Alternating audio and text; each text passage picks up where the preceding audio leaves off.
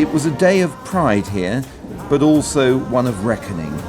It began with ceremonial. President Zelensky, as so often, centre stage. Slava Ukraini! And down below, on Kiev's main street, people strolled in the sunshine, inspecting a column of knocked-out Russian armour. The enemy was driven from the gates of this city 16 months ago, but the price to the nation continues to rise. For Alexander and Lyubov, donning national dress to celebrate, this second wartime Independence Day has been a moment for reflection about what lies ahead.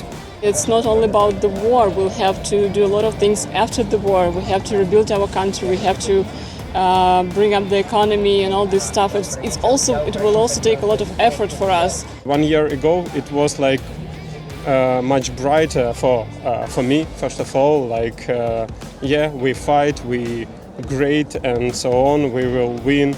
Now it's much harder. It's not so fast like to win and so on, to deoccupy our territories. It's a lot of lives, a lot of death. At the Jesuit church in Lviv, the city that's the jewel of Western Ukraine, we got an insight a few days ago into the depth of this country's sacrifice. This was a memorial service for 2 young lives snuffed out in the war. A mother still struggling to make sense of it. No sooner was that service over than a colour party formed up outside. National Guardsman Andriy Onishka, killed at the front, was returning to his home city. It's actually illegal here to reveal how many of these personal tragedies there have been, but the Pentagon estimates 70,000 Ukrainians have been killed in this war. With every death here, you get the sense that it becomes a little bit harder by degree for President Zelensky or anyone else in a leadership role to agree to a messy peace, to a repetition of the kind of situation that existed between 2014 and 2022, which was neither peace nor war.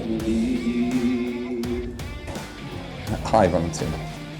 Hi. Taras Matviev was Valentina's only child. His death on the front 3 years ago is a reminder of the enduring nature of this conflict. Taras was awarded the Hero of Ukraine, his country's highest decoration. The street outside the school where he studied and his mother still teaches has been renamed. Taras has entered the pantheon of those who made the ultimate sacrifice for this country. But ask his parents about how the war should end, and you realise how far the sacrifices of recent years now limit would-be peacemakers' freedom of action. Ми ж не можемо, розумієте, забути ті всі, хто загинув, хто ранений, хто каліка, хто пропав безвісти, хто в полоні. Розумієте, за них треба за всіх пам'ятати і боротися, щоб ті, що в полоні, щоб повернули додому, ті, що безвісті пропавші, встановити їх. Ну і, звичайно, ті, що, дякувати Богу, залишилися живі, щоб вони себе почували дійсно, як на рідній землі, щоб їх не забували, тих наших героїв.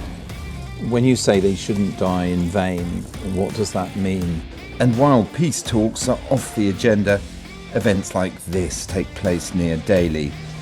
In Lviv a week ago, we came upon the scene of a Russian missile strike. There were no children here because the strike happened during the night, and the intended target may have been a nearby airfield.